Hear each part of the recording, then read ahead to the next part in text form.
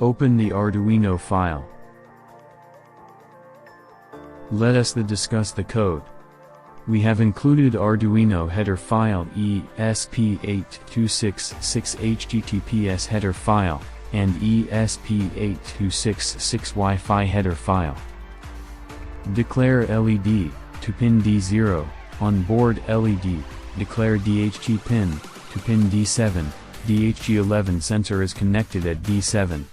Select DHT11 sensor of DHT series. Create object DHT, with DHT pin, and DHT type. Declare LDR, to pin A0, analog pin. Here we need to enter detail of the Wi-Fi available at our home. Here we need to put SSID to find SSID. Go to Wi-Fi setting, here you will get exact SSID of your Wi-Fi. Now here write the password of your Wi-Fi. This is the setup function.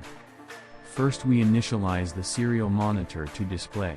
Next, we will use pin mode function to declare LED pin, as output pin. Next, again we will use pin mode function to declare DHT pin, as input pin. Now we will use function digital write to make onboard LED off. Code to initialize DHT11 sensor, for temperature measurement. This is important function, Wi-Fi.begin. This function will connect NodeMCU with Wi-Fi. This while loop is used to wait till Wi-Fi will get connected. During waiting time it will keep printing, on serial monitor. Then will display, Wi-Fi is successfully connected. This is device ID. Here you need to paste device ID which you have received from cloud. Next is the loop function. Code to calculate temperature, from DHT11 sensor.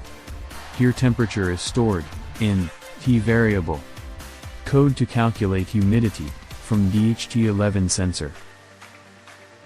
Code to measure, intensity of light, from LDR sensor. This is the cloud URL, with this line we will start HTTP connection with the cloud, then we will add HTTP header. Here we will make the HTTP GET request to cloud. With http.getString function, HTTP GET response is received, and it will be stored in payload string. Not HTTP connection is closed.